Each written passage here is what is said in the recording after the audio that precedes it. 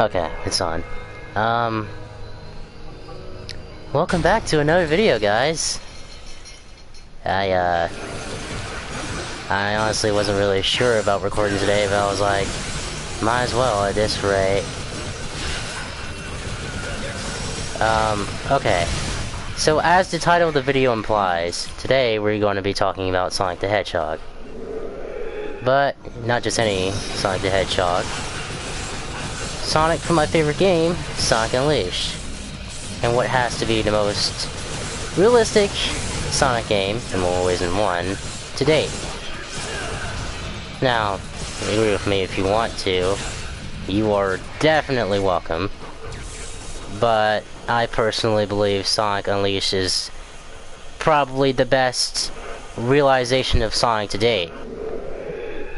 In that, I mean, what we have is, we have the character Sonic at his most vulnerable. When he transforms into a werehog, you truly get a sense of how the character, well, I wouldn't say feels, but like, how he's adapting to the situation. We've never seen him so, well, in all honesty, he looks really stressed and Unleashed. Distressed, in fact. Whenever we see Sonic and Unleashed, he's always, well, if Chip wasn't around, he definitely wouldn't be taking it so lightheartedly. You can see, after the first few times he turns werehog, he isn't himself. The Sonic we know and love is always cocky. This Sonic was basically reserved. We've never, well, I mean, Griffith's Sonic has shown some reservation in Sonic X, but let's not talk about Sonic X right now. You see, for the sake of this video, I like to keep it simply on Unleashed as much as possible. Because that's where I'm basing this off of anyways. Anywho, let's see. If we start from the beginning of the game, you can clearly see what the journey entails. Sonic, our good friend, has been knocked off his pedestal by Dr. Eggman. And that is impressive. Because we've never seen that in a Sonic game before. Eggman does not win. And no, Sonic Forces does not count. That game is... oh dear, that game is... I'll reserve my opinion of Sonic Forces for another time. Because I truly think it was definitely a waste with how it came to mind, but I don't care about Sonic Forces right now. So, let's see. So after Sonic is transformed into the werehog and sent careening into Earth at top velocity, first thing he does is question what happened, because, you know, wouldn't you be like, what the fuck, too, if you got knocked out of your almighty ascendant state, like, say you were like high or drunk or something and someone instantly sobered you up with like a slap or something. That's what Eggman kind of did to Sonic when he hit the ground and when he had his super form essentially sapped out of him. And, you know, the only person ever to do that to Sonic, other than Eggman, is fucking Knuckles. And that's only because Knuckles has a connection to the powers of chaos. So naturally. But like, this really takes the king off his throne. If you can get my metaphor, in this case, Sonic being the king, obviously. What am I doing? I shouldn't have to explain this to you guys. And, the throne being his status as the fastest... He's still the fastest thing alive, what am I talking about? His title. Sonic, with his title, acts entitled. Okay. That really shouldn't have any explaining to it either, but, you know. I feel it important to say something. And Sonic meets Chip. Chip truly grounds Sonic in the reality of what he's become. And we also see that later in both Tails and Amy. More so Amy, to an extent. I know people don't really like Amy. And I won't exactly say I don't get why, because I'm not her biggest avid supporter either, but hey. She definitely served an integral part in Sonic's character in Unleashed. Her, Chip, Tails. In fact, she's the reason why Sonic feels self-conscious about being the werehog in the first place.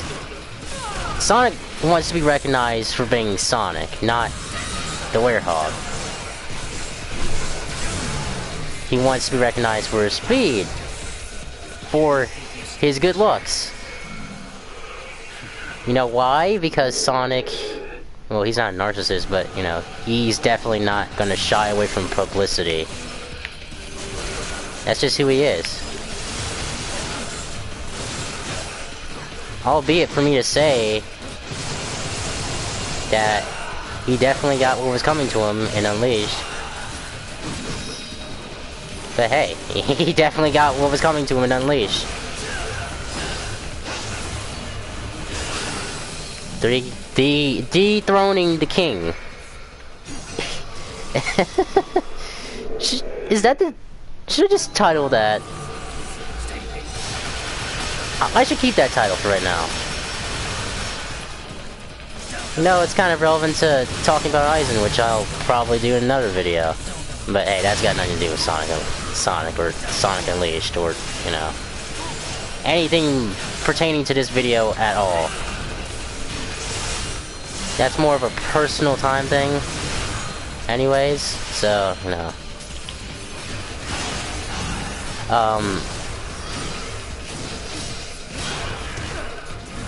Okay, so... Okay, where do I want to branch this out? Okay. The first time we see Sonic in the werehog state. He isn't too weirded out by it, you know, he's just adjusting to it and all. That's why his reaction is so calm and like his usual self right then and there.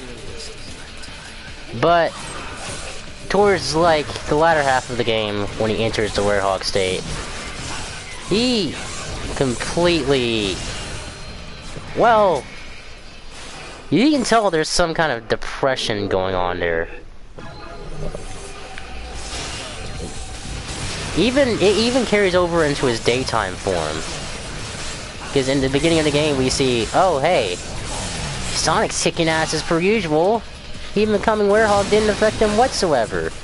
And I think it's an understatement that Unleashed definitely has the best story in the series, bar none.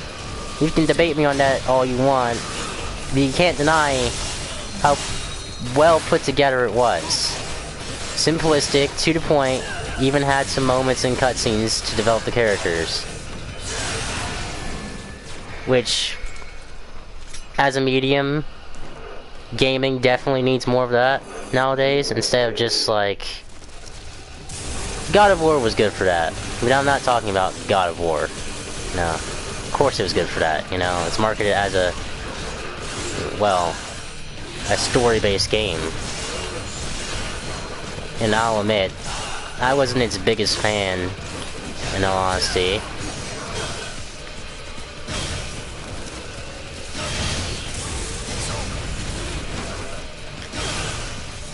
But hey,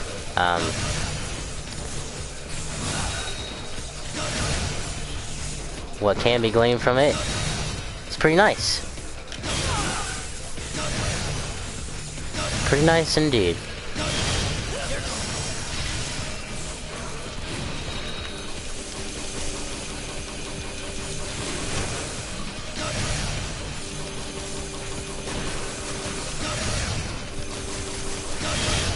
I got, like, super distracted. Sorry. Oh, man.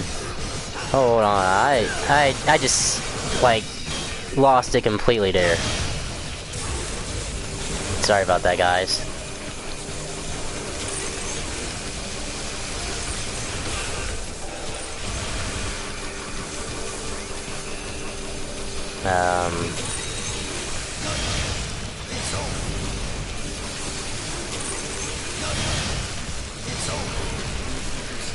Okay, where was I? Damn.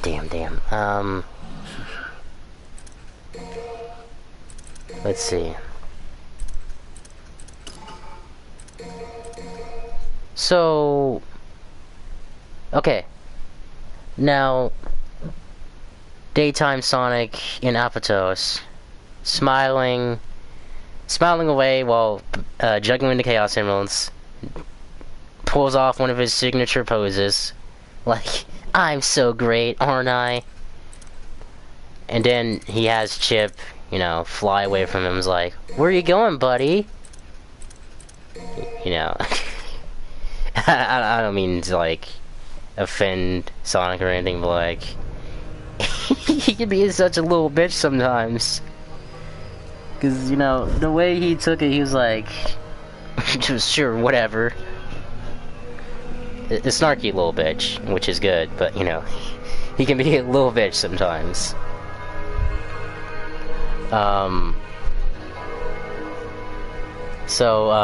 Sonic, like, nonchalantly names Chip, you know.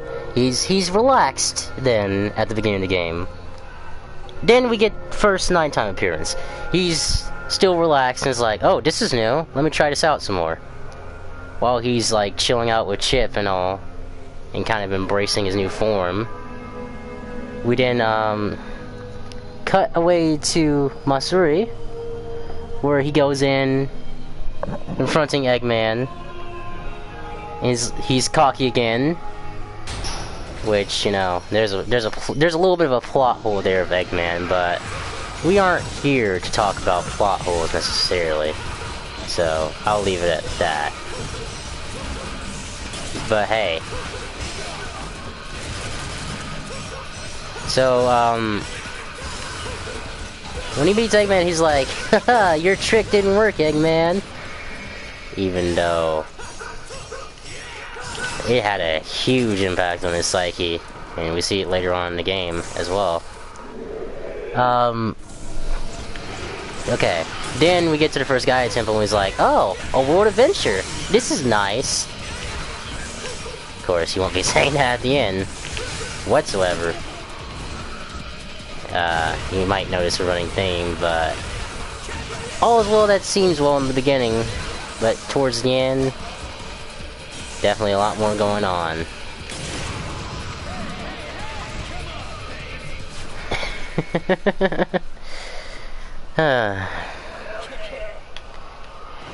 So, let's see, I'm trying to remember. Is that where the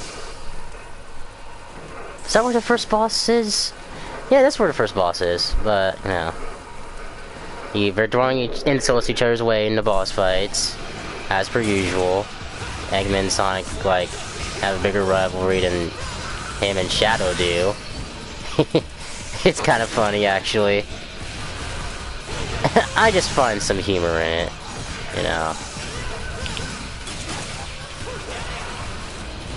So, you know.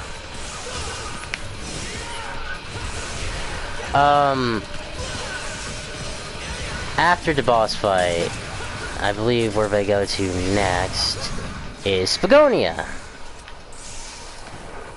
And in Spagonia, he meets Professor Pickle.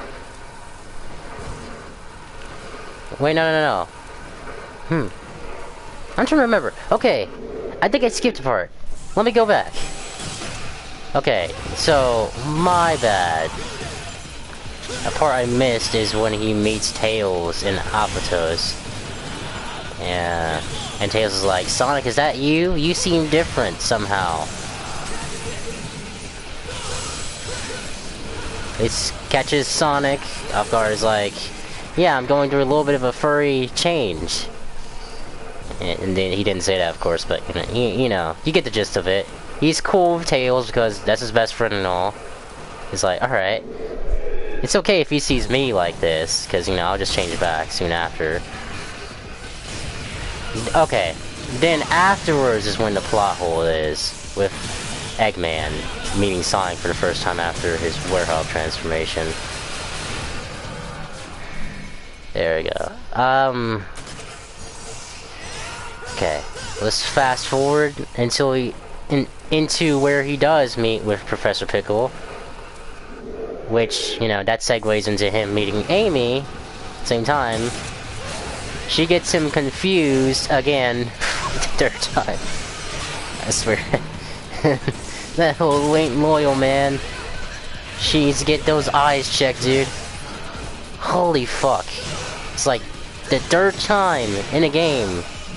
And I get the obvious running gag. But she like mistakes Sonic for a different hedgehog every day.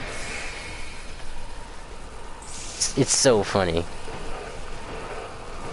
Okay, so that's when even Amy, Sonic's stalker, makes him feel like kind of like depressed and whatnot. That's how you know something's up. Because this man never gets depressed. He's like Dante. Huh, see why I'm playing Devil May Cry now? I knew it'd be obvious at one point or another. But, you know, I'm not actually gonna play as Dante because, well... that's irrelevant anyway, so let's not get into that.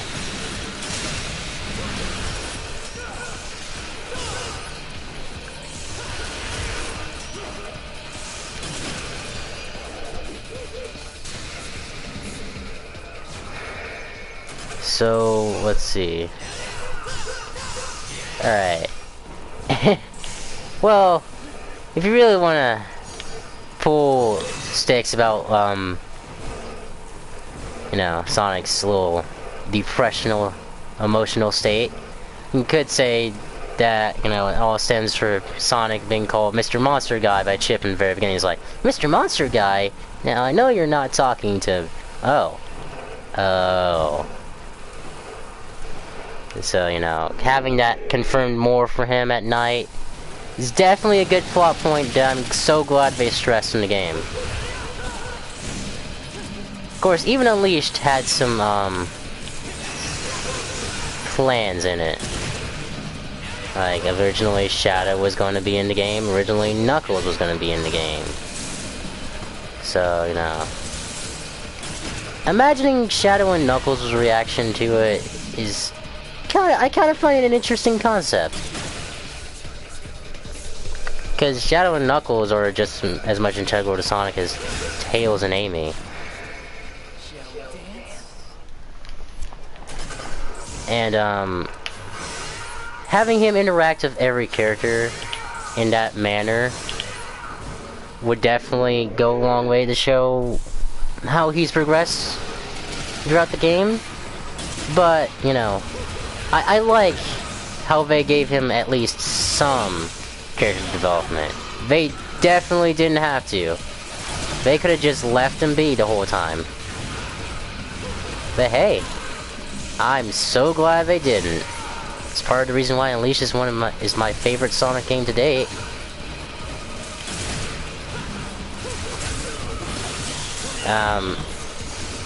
Let's see.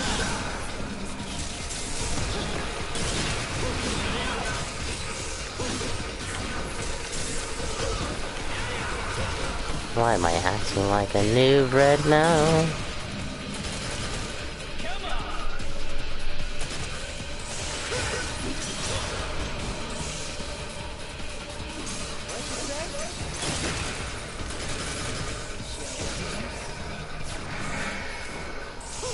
Okay. Again, lost my place. I should really structure this better. these kinds of videos. Hopefully the visual gameplay isn't too bad.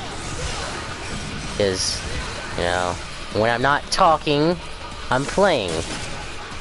And that's obvious. I'm focusing.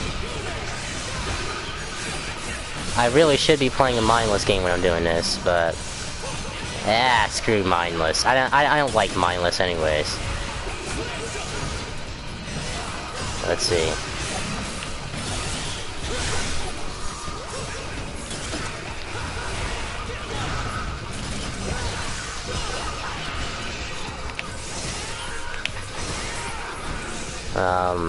Again, what am I doing? Okay, I gotta focus.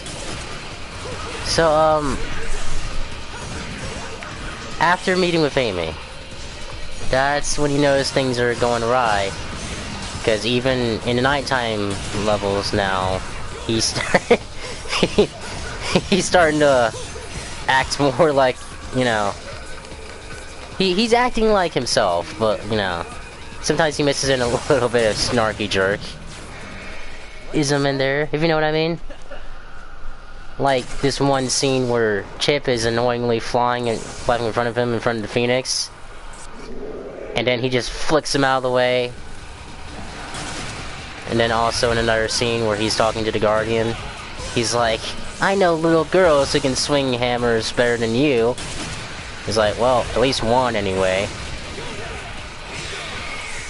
Which, that ties into a whole, how much Amy truly means to Sonic. Not in lover sense, get your mind out of the fucking gutter. Because technically, she's... technically, she's like... several years younger than him. But, hey.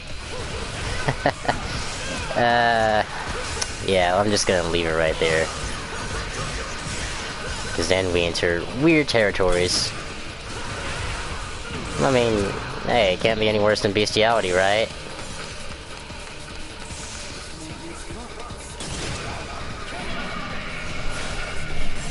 Okay, whew. Man. So, Nighttime Sonic.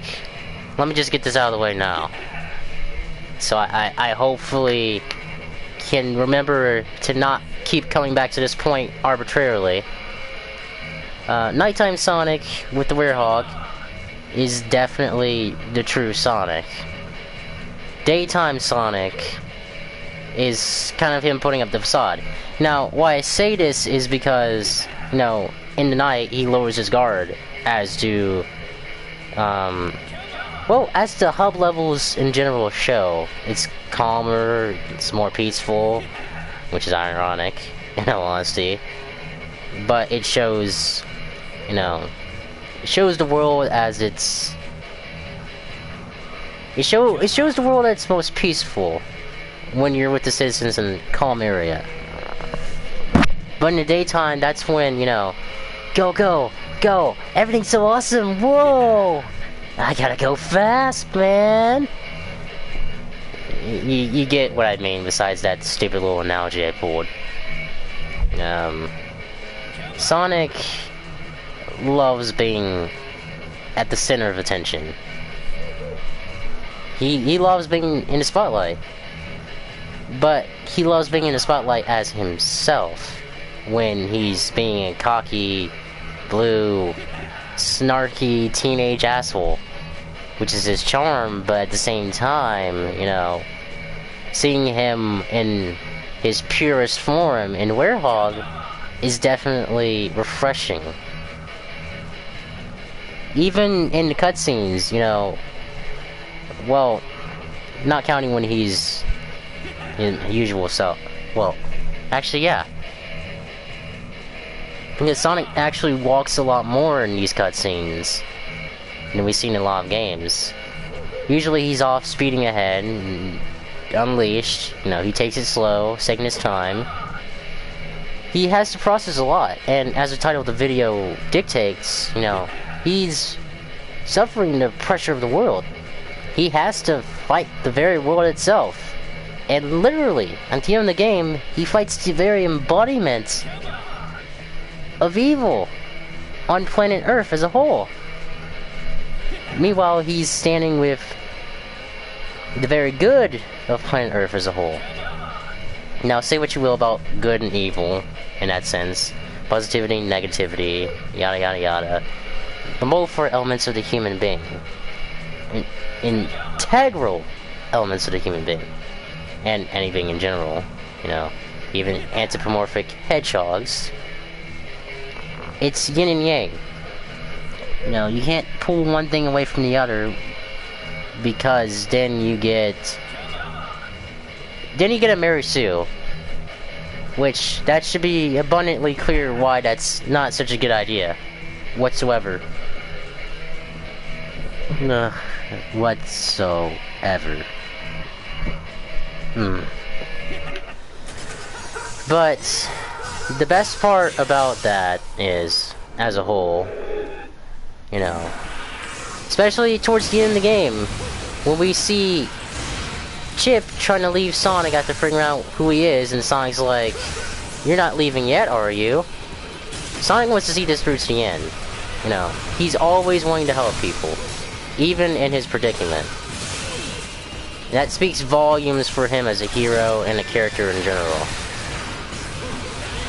Shows beyond that cocky exterior and that facade he puts on for everyone.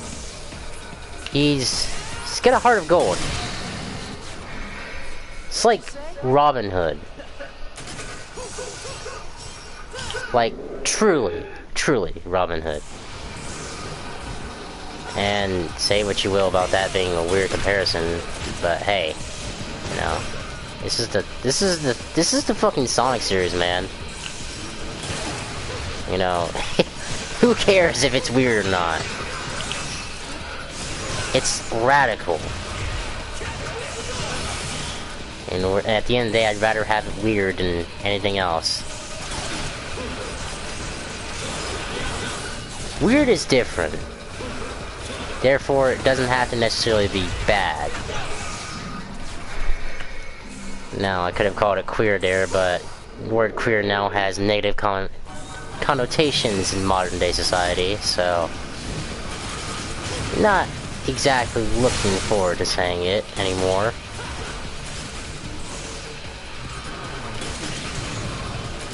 But hey,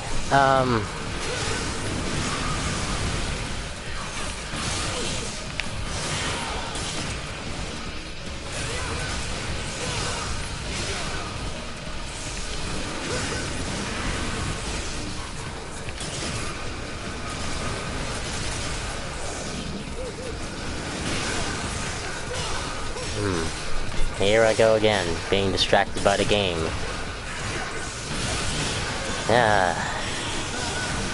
Damn ADHD. I should really do, like, commentary over this kind of thing. But hey, if I did that, probably wouldn't be videos so long. Don't worry, I'll probably take another short little stop here soon to explain why I think I'll further my point of the video. This is a discussion after all. Why is it not an open discussion? Well, because if I made an open discussion per se, you know, that invites all kinds of off-topic remarks and whatnot from me, and I don't like off-topic remarks. I like to be concise and to the point, if I can help it. Therefore, like, trying to limit how much time I put into explaining myself. Because I don't want to be doing that for a whole lot of time. Unnecessarily. Of course. I mean, one day I could look up some comments and read them on a stream. I mean, I definitely don't mind.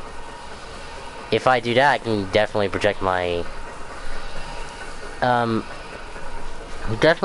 remarks a lot more constructively.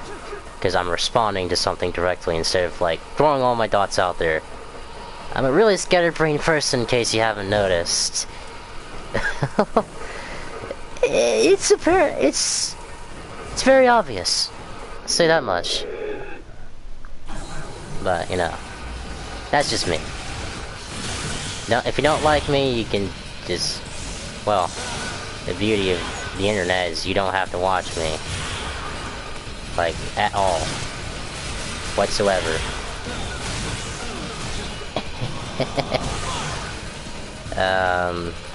You're free to keep your opinion. As long as you acknowledge that it's just an opinion. I don't like assholes who think their word is gospel. Because that's some bigotry right there. And I'll be the first to say that my word most certainly isn't gospel. Anywho, let's cut to the nitty-gritty. Okay, so back to where Chip tries to depart from Sonic. And Sonic pulls him back, like, "You're not leaving me yet, are you?" And then, you know, we all know how Sonic kind of resets at the end of the games. He's mellowed out, and I think the most important thing to take away from the ending cutscene, besides, you know, seeing how he reacted to Chip being gone, is how he let out a sigh of relief. When have we ever seen this guy sigh like that? At all. Especially within the context of the game. Like, that's huge. Representing that was a really nice detail. Because we can get, like, it's like the weight of the world's been lifted off his shoulders. But, well, at the same time, he's had to lose a dear friend. Hence the song in the credits, "Dear My Friend." You know, he'll miss Chip, but he's gotta move on. Endless Possibility is basically the accumulation of that in a more energetic form. You could say it's the daytime version, while Dear My Friend is the nighttime version. And going back to, you know, before that, we get when he's fighting Eggman and falling into the center of the earth. An awesome set piece, by the way. Like, that's an awesome set piece for a boss fight. Generations doesn't do it nearly as well. And say what you will about the Werehog, but, you know, I think it's definitely a lot nicer to just beat Eggman up than anything else. Because that way, you know, you definitely get a lot more bang for your buck. And, you know,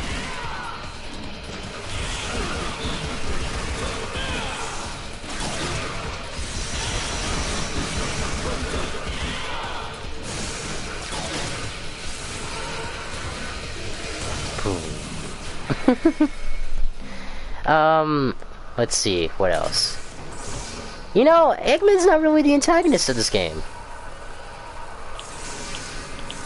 Sonic himself becomes his own antagonist.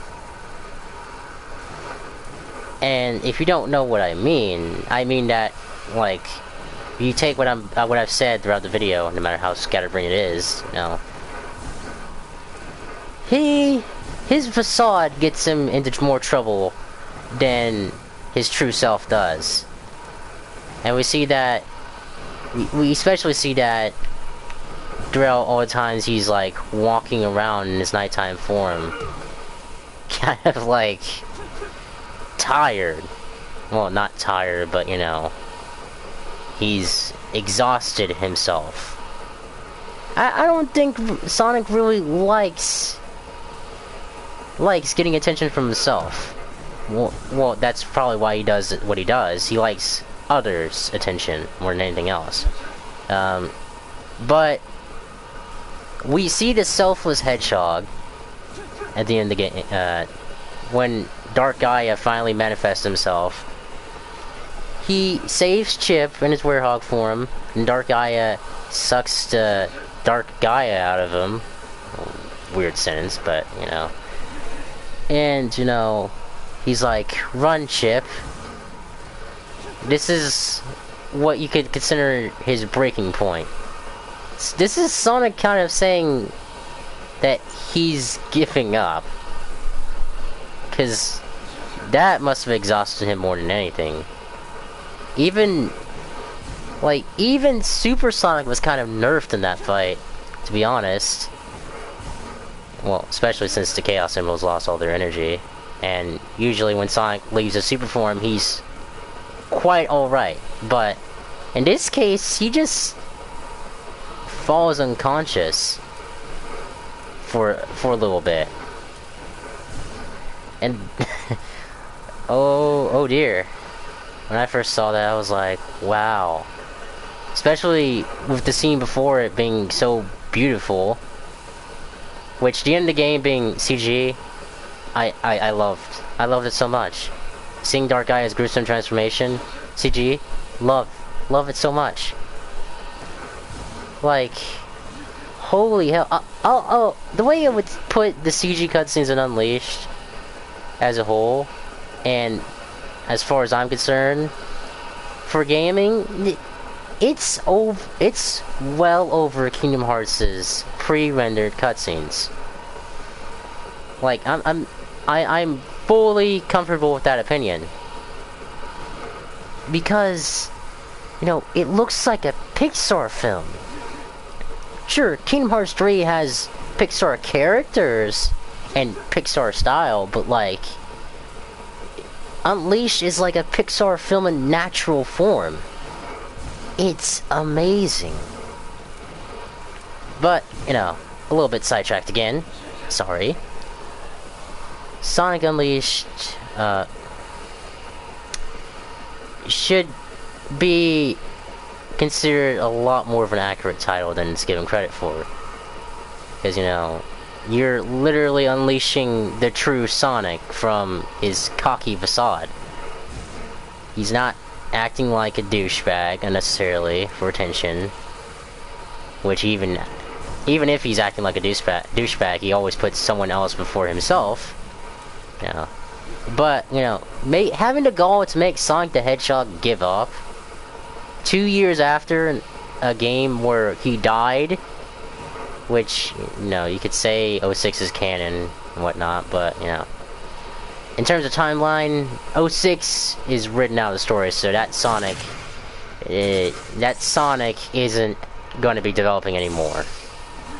Sorry to say, 06 fans, if you're even watching this video in particular.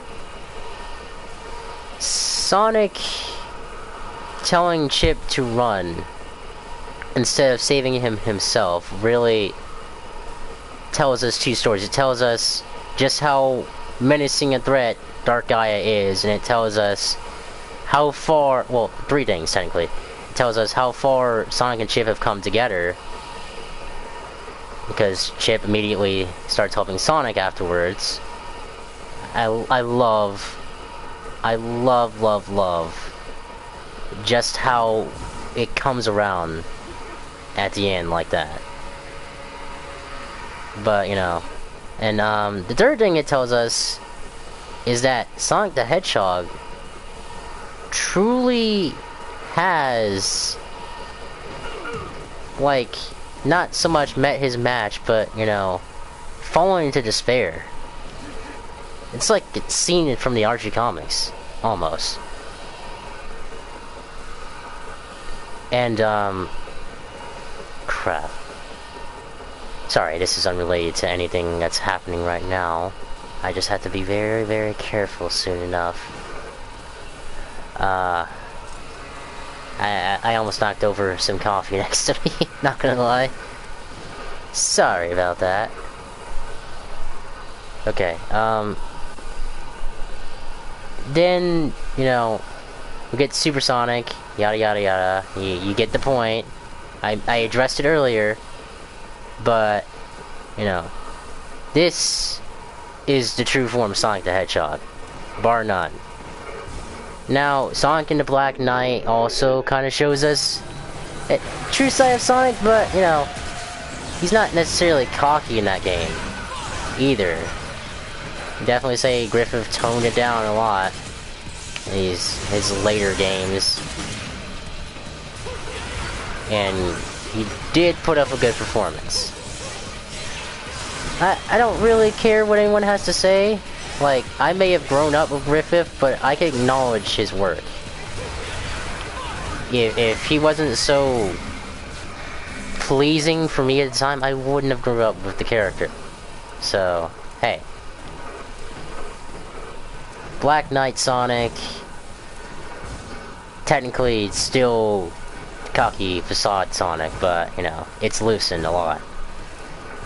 Adventure Sonic are the facades, you know, still realistic to Sonic, but, you know, it definitely shows us, it doesn't give us a moment of weakness for Sonic, which it wasn't really important in those games anyways, but, you know, giving a character a moment of weakness to develop, key role in presenting a story, or presenting a character tale in general. You know, we've seen this character countless times, but to put him in a character arc where he essentially loses himself by finding himself, that's ironically deep. That's poetry. And video games are the best medium to do it in, because not only can you do it in narrative storytelling, but you can also do it in visual storytelling, as I was saying. Narratively, cutscenes, where they literally talk, and visually, cutscenes where they make gestures. Not all the fucking weird-ass hand movements in the newer games, which I really question why they move their arms so unnaturally anyways. It's mainly a problem in Generations and Forces, but we're not going to talk about Forces right now. And Colors as well. No, my Colors. Colors was definitely the falling point in terms of writing for the series, because it's all downhill from there. Except for Lost World, ironically. Good lines in Lost World. Good lines. But then we have this stupid-ass, cocky-ass Sonic from out of nowhere, who sounds like he's about to deliver Pizza Hut. Pizza. And a Hummer. I'm sorry if you don't know where that joke came from, and if you didn't bother to watch my other live stream about the Unleashed Hypocrisy, and, you know, check it out, please. Shameless promotional plug, I know, but hey, at least you'll know where I got it from. And, I kind of stole that from someone else. So you're welcome. Actually, you really... I'll probably be your segue, if you haven't heard of it before. So at least I can say that. Also, as well, I'm gonna end this in a few minutes, by the way. That's why I'm not doing anything right now. If Sonic Unleashed is reportedly as bad of a game as people make it out to be, then why was it able to do so much with its plot? Why were the writers for Sonic Unleashed so competent enough to give us a good story? Competent enough. I use that very loosely because they were over competent in all honesty. Competent. Let me stress that really quick. You know, if telling a story like Unleashed is a bad thing, and they went on to create Odyssey and did it in the Mario formula, giving us a simple Save the Princess story arc again, with characters on the sidelines coming in to help Mario, then what's the appeal of Mario? Does simplicity equal good? Because Unleashed is simplistic. Tells you what you need to know, but it also guides you along the way, visually and narratively. The visual part's a lot more important than the narrative parts, because, you know, we've never seen Mario get, like, hung up on shit before. We don't really see any personality from Mario, besides some smiles, some angry flare-ups, you know, some grimaces. We don't see any falling point for the character. Which, not saying there has to be, but, you know, if it worked for Sonic, in my opinion, then it could work for Mario. Actually, at this point, it may not work for Mario. I don't know. That's why I made the Unleashed Hypocrisy video in the first place. Again, shameless plug. If you want to check it out, check it out. But with all that being said, you know, I'll catch you guys later, I guess. See ya next time, which I don't really know when that'll be, but hey. Catch it in.